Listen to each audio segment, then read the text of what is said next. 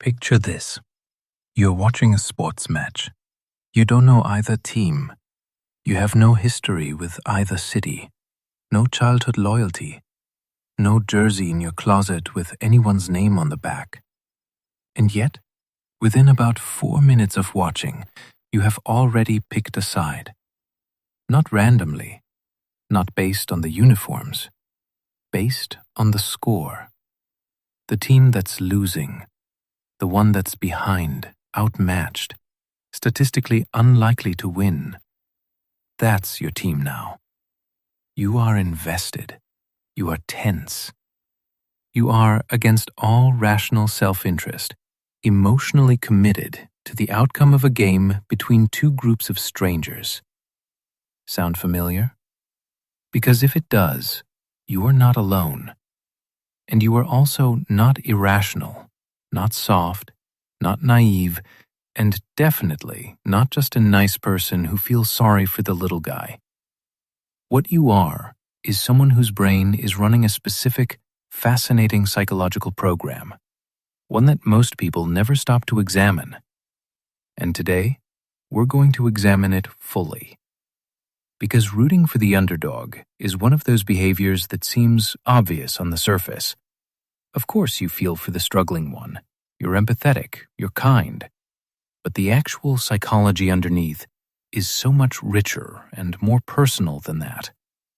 It connects to your sense of justice, your relationship to your own past, your theory of how the world should work, and something very deep about who you understand yourself to be. Let's start with the most immediate question. Why does the underdog capture our attention in the first place? Part of the answer is almost mechanical. Psychologists have a term called the empathy gap, the difficulty we have imagining ourselves in someone else's situation. But here's the interesting thing.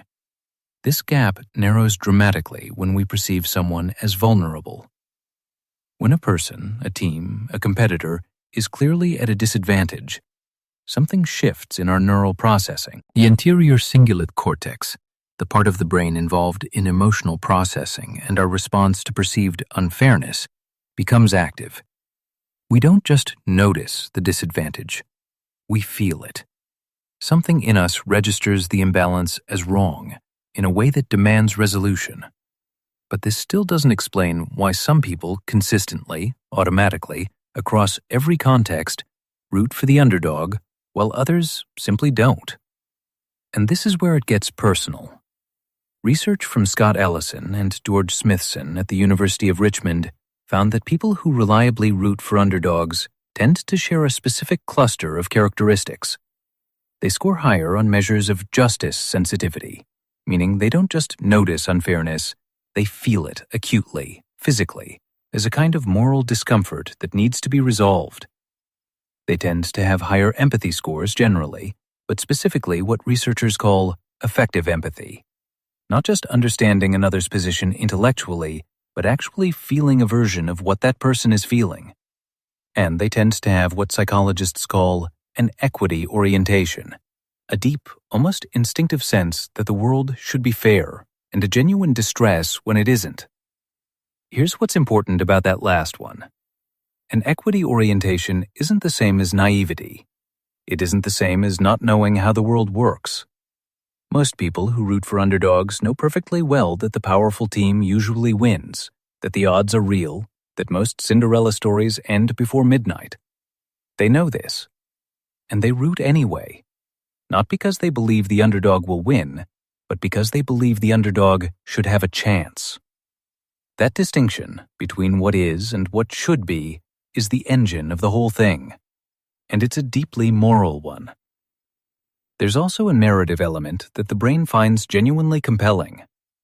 Humans are story-processing machines. We don't just observe the world, we narrativize it, constantly, without thinking.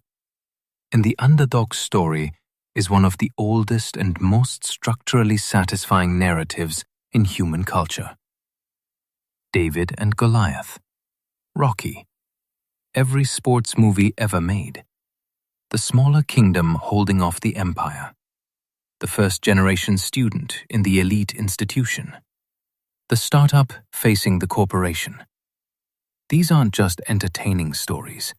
They're templates. They're the shape the brain reaches for when it wants to make meaning out of struggle. And when you encounter a real-time underdog situation, a team down by 3 in the fourth quarter, a small business competing against a chain, a contestant clearly out of their league, your brain doesn't just observe it. It casts it. It puts it in the structure of the stories it already knows. And suddenly, you're not watching a game. You're watching a story about whether effort and will can overcome power and advantage. That question matters to you in a way that goes well beyond this specific match.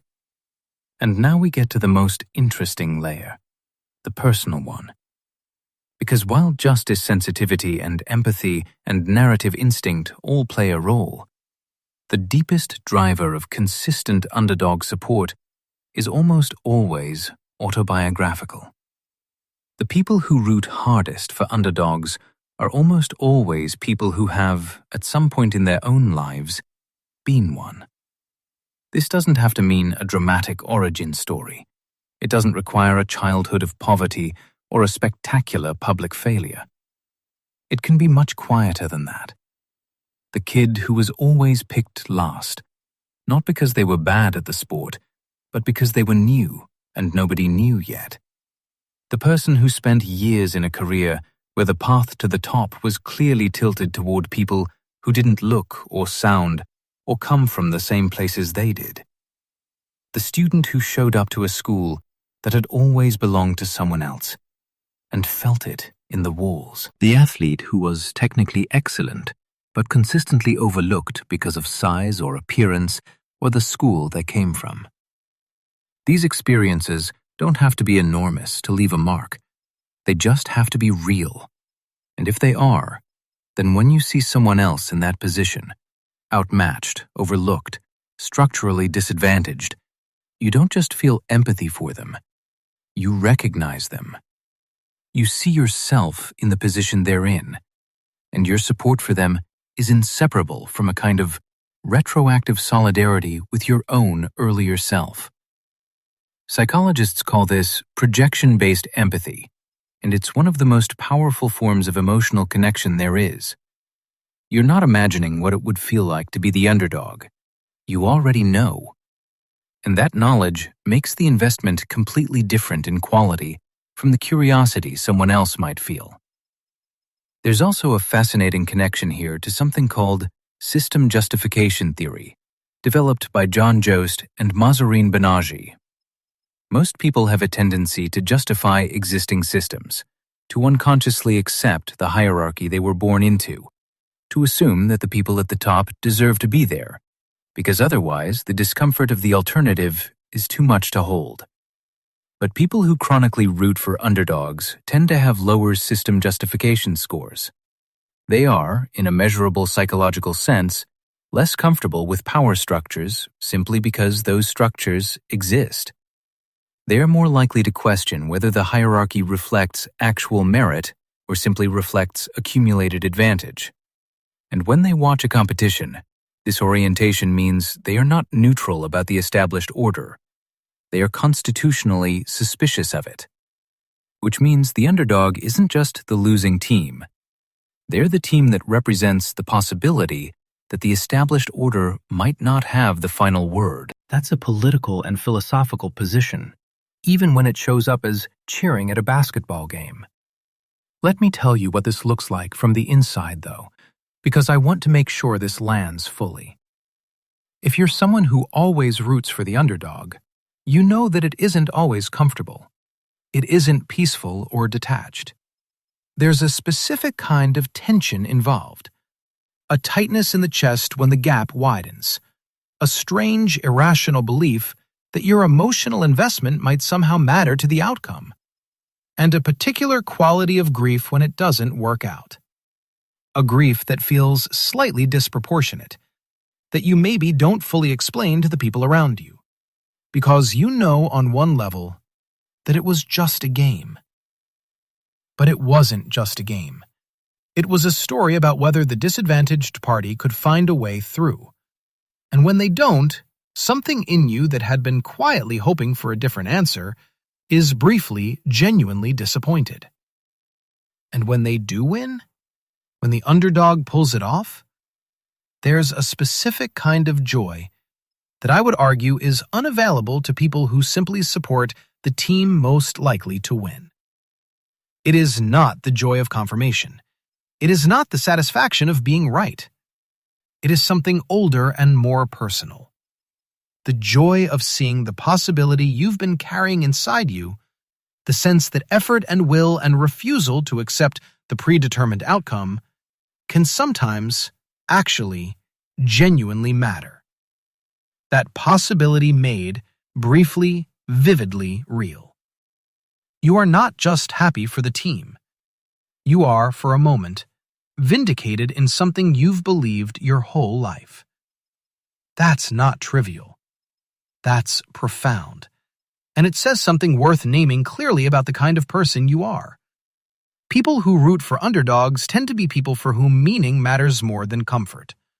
They would rather be emotionally invested in something uncertain than safely detached from something guaranteed. They tend to have a strong sense of personal narrative. They understand their own life as a story, one in which struggle is meaningful rather than merely unpleasant. They tend to be the people others turn to when things are hard, not because they have easy answers, but because they have a genuine tolerance for difficulty, a genuine belief that the person in the difficult position has not been written off yet. So the next time you find yourself inexplicably, irrationally cheering for the team that's behind, know what you're actually doing.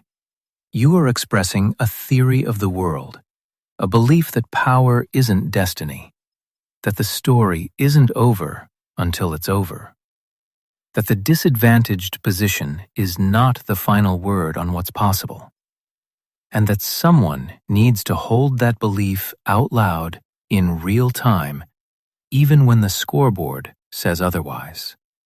The world needs people like you, more than it probably tells you. Drop a comment and tell me, who was the underdog you rooted for hardest? The one where it felt like more than just a game. I want to hear. And if this video felt like the explanation for something you've always felt but never quite had words for, subscribe, because at the Psych Spot, this is exactly what we do every single week. The real stuff. See you next time.